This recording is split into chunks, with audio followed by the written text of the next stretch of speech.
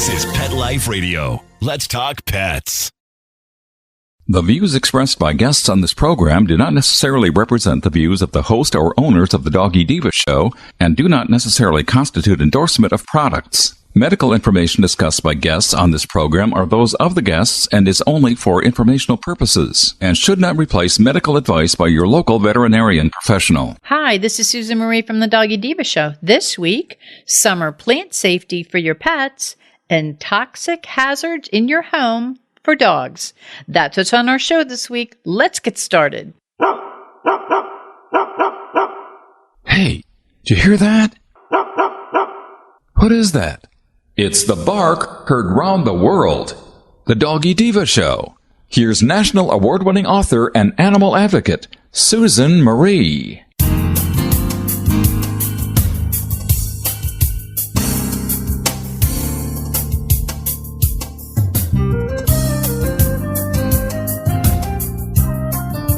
Hi, welcome to the Doggy Diva show, the show for animal lovers.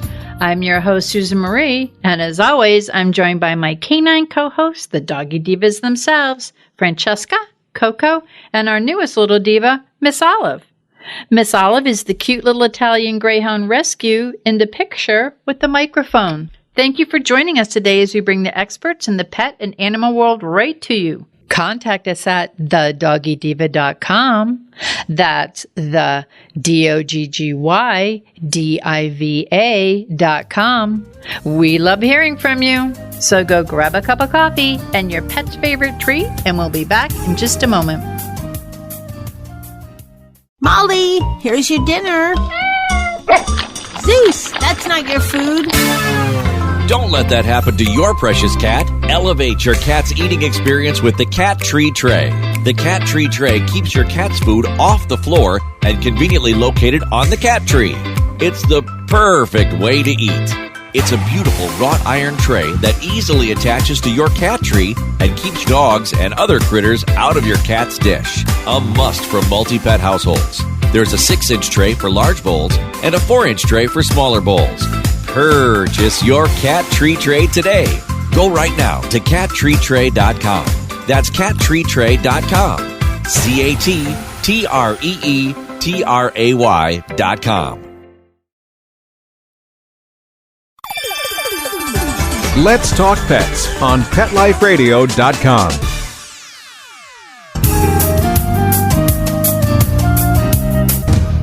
Welcome back, everyone, to the Doggy Diva show. I'm here with Monica Leighton, president of Professional Pet, sitting with our pet tip of the week. And Monica, it's like the weather's beautiful. There's so much flora all over, whether you're in Florida or other parts of the country. Things are starting to bloom, and it's really starting to be late spring, summer. Here we are. And then we have those beautiful summer plants that sometimes, which I've been a victim of, had happened to me with one of my fur kids. Sometimes we have to be aware of what's going on out there with these summer plants. So do you have any summer plant safety tips you could share with us? Yes, the warm weather is approaching. Summer brings, all the beautiful blooms out to our yards. But some plants are safer than others. So, as a little refresher, I thought I'd go over some of the ones that we need to have a little caution with when it comes to our pets. So I know we've talked in the past about lilies, and lilies are beautiful. They make beautiful arrangements. They look beautiful in your yards. But lilies are something that, we do have to be a bit cautious with. Lilies often cause upset stomachs in dogs, and in severe cases, especially in cats in particular, have been known to cause kidney failure. So some of the lily species can definitely be of harm. The most toxic include the lilium and the hemerocallis species. And both of those grow from bulbs. Some of the more common ones that can have a little bit of issues from the pollen and the bulb are like the Easter lilies, the tiger lilies, the stargazer lilies, the day lilies. So just, being cautious with some of our lilies during their bloom times. Another plant that is a flower that is one of my favorites that can cause indigestion and GI tract issues in our pets is our tulips. I adore tulips. I think they are so pretty. But For our canine and feline friends who like to ingest or eat the plants, that's definitely one that can cause a bit of GI issues and skin irritation. So definitely be careful of that. Daffodils, can actually cause severe GI upset, as well as hyacinths. So they're ones that are on the list as well. Most common side effects for those are vomiting and diarrhea, and that can be strong when they eat the bulbs, which is the most toxic portion of particular plants. But typically when it's ingested, they do end up having to seek veterinary assistance because of the GI issues. And in some very severe cases where they ingested a lot, they were also seeing neurological issues as well. So definitely be cautious with that. During the holidays in particular, we talk about our poinsettias, things of that nature. But and begonias. Begonias are definitely an issue as well. But one that surprised me that I was not as aware of that I even have in my yard is aloe vera plants. Oh. Yes, I am the succulent queen because that is the only thing I can own and not kill. I have a whole bunch of them that because I can't kill them. They've been, they just sit. I kill them all. I mean, my house is literally the place that plants go to die. And, but my succulents are doing just fine. We have a good relationship. They like it here. And I had recently gotten myself an aloe plant thinking how homey of me to, make my own aloe vera. It was kind of one of those, I'm like, I can do this. So, I got myself a plant and I put it in a cute little pot and I have it outside my back patio door. And when I was, doing some research for our tips and everything, I came across the aloe vera issue and I was like, oh my good Lord. I've worked for a veterinary office for 22 years and never heard about an aloe vera toxicity. And here I am putting it right outside my back door for my pet. Now, is it if they bite into it, Monica? So what the issue is with the aloe vera is like the liquid gel inside is not toxic. But what does cause an issue is the white sap on the outside. Oh. And the white sap that can grow along the outside can cause severe vomiting and an extremely intense diarrhea. Oh. So we're talking like very fluid loss issue. They worry about dehydration severely when it comes to the white sap and aloe vera plants because of the intense vomiting and loose stool issues. So getting them to a vet for hydration and working on the GI issues, if they get into that and start showing problems quickly, is the key to getting through it. Because I guess the GI issues are just extremely severe when it comes to the white sap on the aloe vera plant. Wow. And the gel inside is so good for digestion. Absolutely. And the gel is not an issue. It's the white sap. And they say that if they ingest this, they can also get dark urine. The urine in the dogs will appear brown and is sometimes confused with blood. And it's because the aloe vera. Very interesting. I definitely wanted to share that with everybody because, again, I just left a nice little toxic sample right at the back door for the pets to run by. And I'm going, oh, you're telling me this? I got a whole terracotta plant full of them in the corner of my lanai. Yes. And I mean, thankfully, my guys haven't gotten into that. But it's now, not all households can do this because some of, the pets are bigger, but my guys are all miniature. So a nice little riser stand helps that. But, and then it's out of reach for my little guys. But definitely be cautious if your pet does like to get into the plants and the foliage you have around.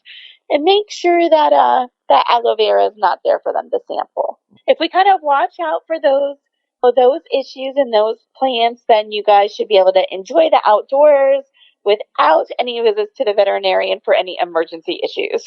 I think that we've given quite a list and you've gone over so much, and I think you added a new one with this aloe vera, which I'm going to be moving it further into the corner. Though I got to tell you, like you, it's a higher raised terracotta plant and I've got little dogs. They really have no interest in it. Nothing's around where they could get at it. So this is really great information. Not that we don't like to visit our vet, but we want to visit them for our annual reasons, not for emergencies, especially if we're out there observing and enjoying the fauna and the flora. So, Monica, as always, you brought us great tips. Thank you very much, and you have a great week. Thank you. You too. We'll be back in just a minute. Hello, everyone. Susan Maria Miss Olive here to announce the release of the second book in the Doggy Diva Diaries series, Miss Olive Finds Her Forever Friends, a story about Miss Olive's encounters with bullying at a dog park and how she learns a life lesson.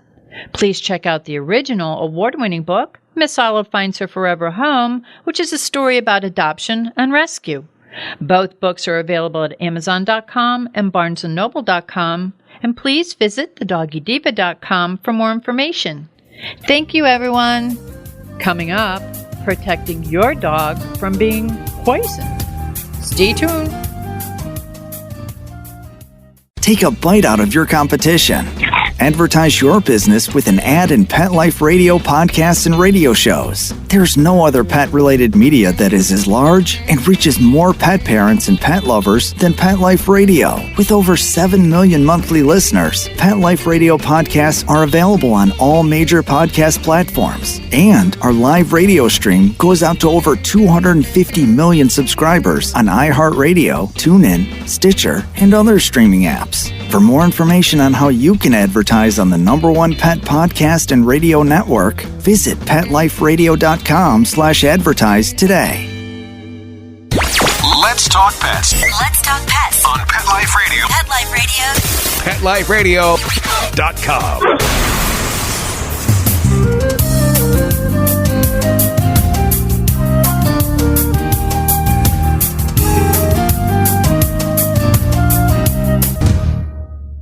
Welcome back, everyone, to the Doggy Diva Show. As a pet parent, my fur kid safety is very important to me. But sometimes dangers may be right inside of our homes. With us today to share some very helpful advice on identifying some poisonous hazards for our dogs is Kim Gaebelein, Chief Marketing Officer at Bil-Jac Foods. Hey, Kim, how are you? Hi, I'm doing great. How are you doing? Good. Now, this is like really so important because I think that sometimes people don't even realize. You think outside, we think all of these plants and stuff, but there's things that could be lurking right in our homes and our garages and our cars. So can you tell us about a little bit about the importance of poison prevention and why it's so important for every pet parent to be aware of this? Yeah, I think it is a really important topic, and I think sometimes we take for granted all the things that are around us and our pets and around the house, in the garage, and outside in the yard. So there really are a lot of things that, your dog shouldn't get into, but can. And so I think it's really important to know, some of those things. It's also really important to know that you should call your vet as soon as you suspect something's up, right? Because each of these different things may have a different solution for them, right, or treatment for them. So it's really important to kind of, if your pet is acting strangely, looking like maybe they're vomiting, they could be really lethargic. If they're not feeling themselves, you may want to see if you can hunt around and see if there's anything that they might have gotten into, right, to kind of think about that. But it's very important to get in touch with your vet as soon as you know that there may be something going on. What are some of the top toxins that pet parents that we should be aware of in the house, in the car, things that could be dangerous to our pets? Yeah, there's so many of them around. So I think, first of all, I think a lot of people know household cleaners can be, toxic, right? Those are chemicals a lot of times that are very strong. And so, you want to kind of keep those put away. Things like pesticides. So, could be, a lot of us may spray around the house, for bugs. So some of those may not be very safe for your dogs. You might want to make sure that they're put away safely when that's happening, or maybe do it in phases so that you're keeping them out of the areas where you may have sprayed recently. Things like fertilizer that you use in the yard. Some fertilizers are not great for dogs. You really need to keep your dog off the lawn for a while. So those are things to think about. And, even little things like, maybe rodent poison. So I know that one of the folks in my office, on my team, she actually got a puppy, and they forgot that they had put some poison downstairs in the basement. The puppy got down into the basement, ate some of the poison, but they knew right away. They realized that when he got down there, what had happened, took him to the vet and was able to save him. He was fine. But, knowing those things, right, just even knowing that might be down there is really important, right, to make sure you don't put it somewhere where the dog has access to. Even things like, around the house, things like our medications. Maybe we're on a prescription for something, or we take vitamins. Even something like a vitamin. If you maybe drop your vitamin D pill or your multivitamin, that much of it in a little dog could really be a very bad thing. And there's also things like batteries, and maybe you think, the dog doesn't have access to batteries, but if they maybe get a hold of a remote, or they could potentially get in there and swallow the battery, which would be very bad for their stomach, right? The batteries are very toxic. I don't even think we think of that. Yeah, very caustic, so they can be very, very dangerous. I've also heard of, and I don't even think about this very often, but glow sticks. So we all have them around, the kids have them around, especially for holidays and that kind of thing. So it's really important to make sure that they don't get into a glow stick, because some of those can be toxic too.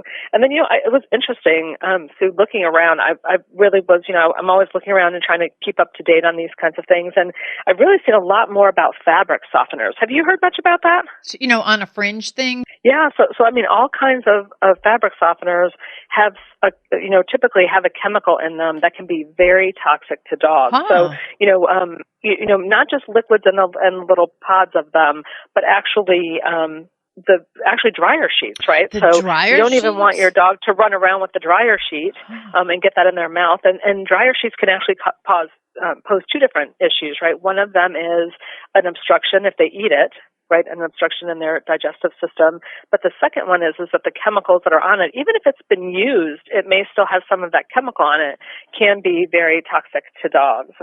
So that was one thing that I was kind of looking into, but I was really kind of surprised. I've seen a lot more about that recently than I really have in the past. Do you hear about those pods, how dangerous they are in case the dog bites into it, all of this stuff inside the pod to clean your clothes? I haven't thought about dryer sheets. I've heard about the liquid softener, but not the dryer sheet. And you know what, Kim? Sometimes when you're taking stuff out of the laundry, one of those little dryer sheets may get stuck in something, and it could be a blanket, could be bedding, ours. And if they sleep on the bed, it's right there. So I'm very fastidious about removing everything, because I have one dog that everything goes in her mouth. So I make sure I remove everything. There's no objects. They're easy access for a dog, and so it's really important. And I've even seen everything go as far as don't even wash your dog's bedding or blankets with it. You should just even avoid using it on any bedding or blankets. So I thought that was really interesting too, but because again, I don't think that I was aware of that. So that's an important thing to think about. Tip. Yeah. Well, I'm thinking about things that go in their mouth. I know that from personal experience that there are things like sugar-free gums and candies, which people think, no big deal, it's gum. We've talked about it before, but obviously there's a lot of food that goes into dogs that could be not good for them. But the one big thing I like to bring up when we're talking about poison, especially, is xylitol and sugar-free gum and candies, because that can be really, just a few pieces of gum can be deadly to a dog. And so it's very important, if you do notice that your dog got into a purse, is like mine did, again, knowing that in a very short period of time, being able to contact the vet and get them to the vet can really help you have a better outcome. And then, last but not least is, you were talking about the plants around us, right? All the plants. And I know that I've heard a lot more about it's sago palms. Yes. And I hear that they're very, very toxic, right? That's something that's in, the southern United States especially. We have a lot of them. That can really be, and even biting the leaves can be very dangerous, right? And the thing about a lot of these things is a lot of times your dogs may ingest it, but you may not see those effects within until a couple of days later. So, it may have already happened, and then you're just seeing them having some sort of an issue that sometimes can be a challenge. So it's really important, if you have a sago palm, you should have them, take it out of the yard or have that very little access from for your dog to be near them, because even just chewing on the leaves, not just the seeds, which are, I guess, very toxic, can be very dangerous. But other things that I know that we have up here in the Northeast, right? Things like oleander and azaleas and lilies. They look beautiful in the yard, but you just want to make sure that your dogs are not getting into them and chewing them as well. Well, and it's interesting, you brought up rodent poisoning, and I don't know if you remember last year when it was just as COVID was beginning, we had a neighbor who put it out for some things in her yard that wasn't in our yard, but they carried it into our yard, and all 3 of my dogs got poisoned from it. So we had to walk back to find out how it happened. And because we have one of these natural bug people, pet safe and everything. So what he did is he went through our yard. He said, there's nothing here.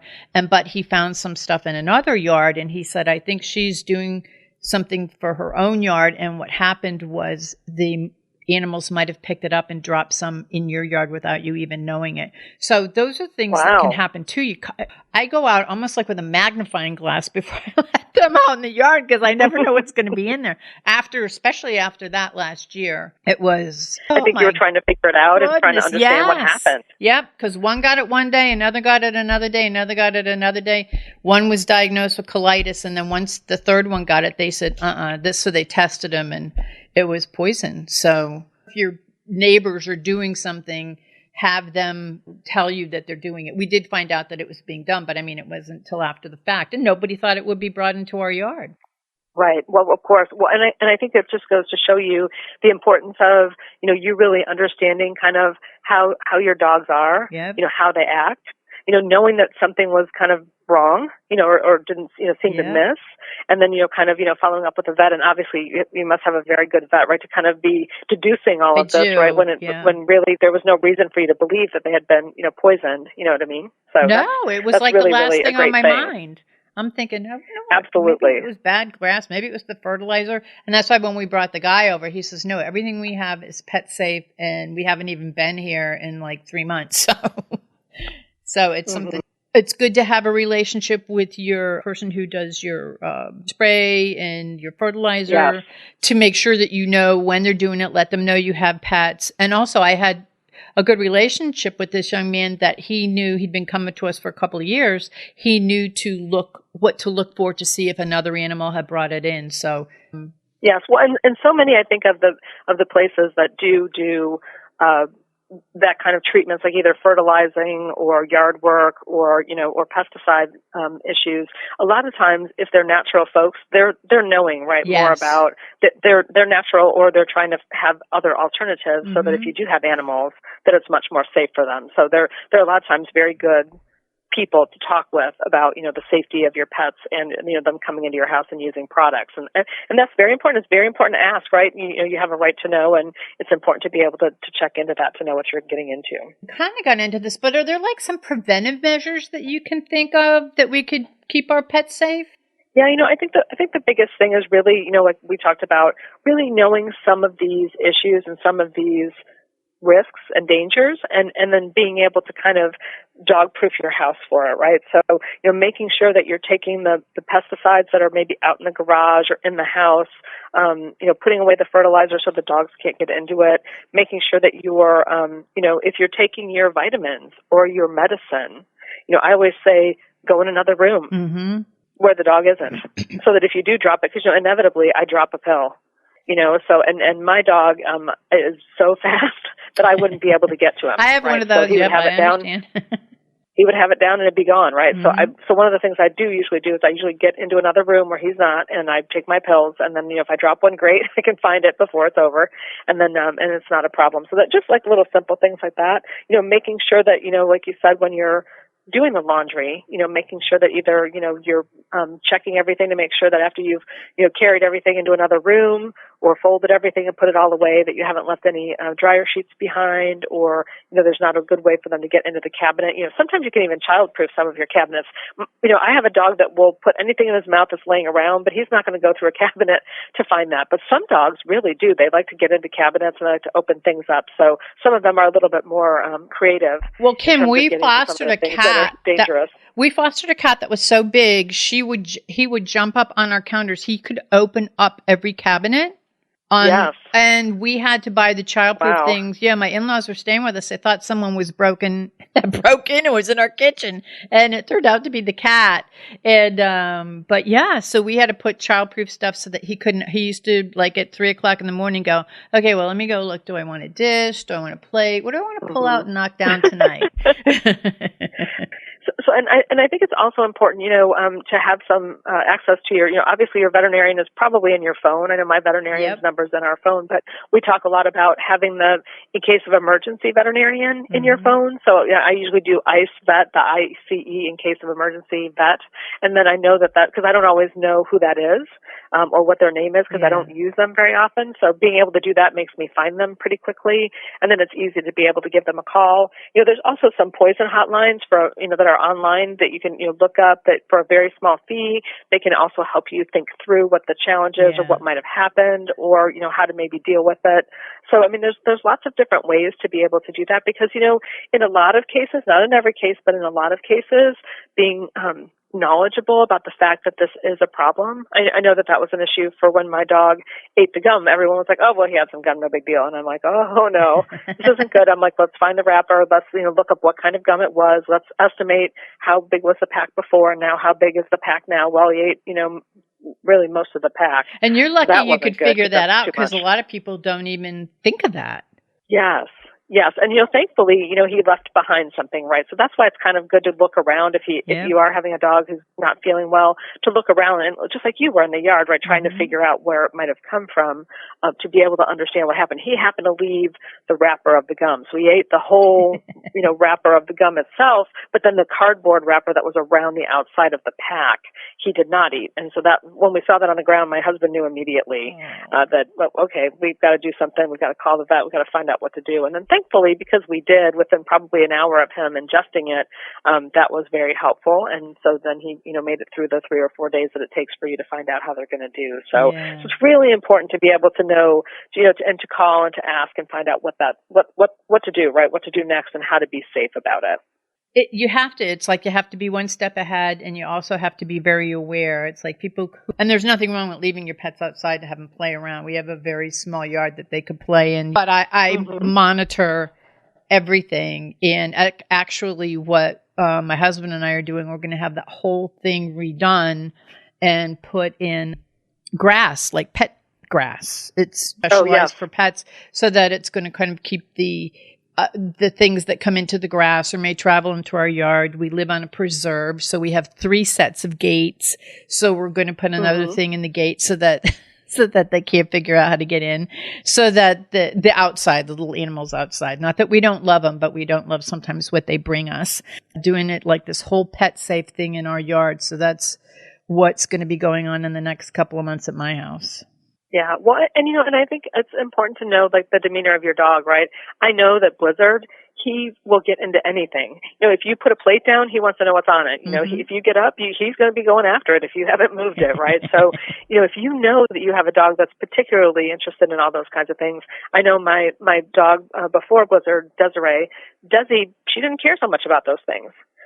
So again, if you have a dog that is more likely to get into something that you drop or that you leave behind, it's very, very important, right? To start thinking about, well, how do you, if you're having a party, how do you get everybody's purses in another room that's kind of locked up where the dog isn't so that they can't get into their purse, right? And maybe eat something that they shouldn't. So those are the kinds of things that you might have to think about, depending on the activity level and the interest of your dog to get into all those things too. But you just never know, right? So that's why it's important to be prepared. Exactly. All the things we're talking about, prevention. What are some things that we could think of, some key nutrition things to keep our dogs healthy? Yeah, so I think on the other side of it, just like you were saying, it's important to think about, their foundation of health, right? And food is always at the start of kind of how can you help them be as healthy as they can be? And so it's important to feed a dog food that is, age appropriate. And that is, that has a meat ingredient, a meat or fish ingredient as the first ingredient. So I know at Bil-Jac we use chicken, and so chicken is our number 1 ingredient, and we use fresh chicken. So not chicken, we don't have a chicken meal as our first ingredient. We have fresh chicken, and we use 25 pounds of fresh chicken to make a 30-pound bag of dog food. So we think that is really, really important. And really key to helping dogs live a healthy life because they get a lot of nutrients from that protein that's in that food that's really critical that they can't get anywhere else, right? Their body can't make it. They have to get it from their food that they eat every day. So getting them a good, solid food that they're on and, and trying to minimize the amount of other things you give them and the extra calories. You know, if you want to treat them, you know, find some great dog treats that are appropriate so that you're not going to get into any kind of poisoning trouble, right? You know, so that they don't get any maybe onions or garlic or, you know, yeast dough, you know, things that are not good for them, chocolate, those kinds of things. You don't want them to have any of that accidentally in the meals that you're feeding them. Well, and again, I always talk about my little Bil-Jac, the little Jacks. I'm afraid to touch the bag because they're going to hear it. They're all lying down right now in the studio, so I don't want to move the bag. Get all excited. But I have them with me at all times because it's low calorie, it's very savory, so it gets their attention and it satisfies them. So I don't have to worry about. I'm confident that I'm giving them something that is healthy and that is also low in calories. And it also, whatever it is they're looking for, it scratches their itch. So I love. Yes, it's always so exciting, right? It's always so exciting to give them something that they get excited about. Oh, yeah. You know, I know that when I get home from work, I know that Blizzard's usually waiting for me. And when I get home from work, he sits down right next to where his treats are and waits. And so my husband and daughter were telling me the other day, he has you trained. And that's how, and I'm like, I'm okay with that. That's what it's all about. Now, Kim, where can the listeners go to learn more about Bil-Jac? And Bil-Jac has some of these poison prevention tips up on their website, don't they? Yeah, you know, come out to our website at Bil-Jac.com. It's BIL-JAC.com. And we've got, under the pet parent section, we've got a blog. And you can and even from the main homepage, you can actually go to the search bar and type in, poison prevention, and you'll get some articles to be able to tell you a little bit more in depth about what we were talking about today. And we've also got some great other information in there. For example, you can join our Best Friends Club, and we email you out some articles every month, like, maybe once or twice a month we'll send you what we've been talking about or learning about. There might have been poison prevention in there this month even. So there's lots of different information that we try to send out to keep everybody up to date on the latest things that are going on with dogs. Not just nutrition, but all kinds of other things as well. Well, and everyone can go to Bil-Jac.com to find that. And you've also got social media. I mean, there's a lot up there for everyone who is looking to find out, not only to learn about all this, but where to get the Bil-Jac food and treats. I want to thank you for being our guest and for sharing these really valuable tips and this information with us for pet parents so that it brings a certain level of awareness to some poisonous things we didn't even know. Like you taught me about the dryer sheets. I'm totally like on board with that. And for just hazards around our homes, our cars, our yards. So I thank you for that. And thank you for being our guest today. Thank you so much. And a little bit of prevention can really make a big difference in the health of your pet. So I'm glad everybody can stay safe out there. Thanks. I agree. So thank you. We'll be back.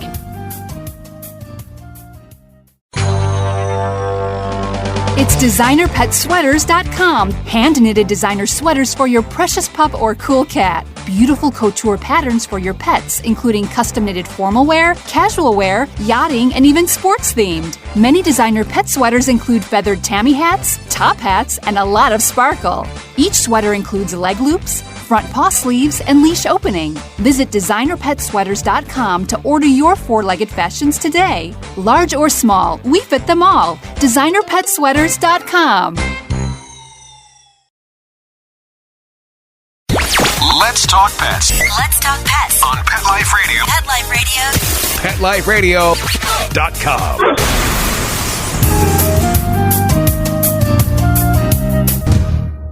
We would like to thank our guests this week. And also, as our Doggy Divas always say, please love your pets because they love you unconditionally. And please remember to adopt, foster, spay, neuter, and microchip. And as always, please have a great Diva week, everyone. That's all for this episode of the Doggy Diva Show. To find out more, go to our website, thedoggydiva.com. Also, find us on our Facebook page, The Doggy Diva Show, and tell your fellow dog lovers about it. Don't miss Susan Marie, Miss Olive, and the Doggy Divas right here for the next episode. See you again soon.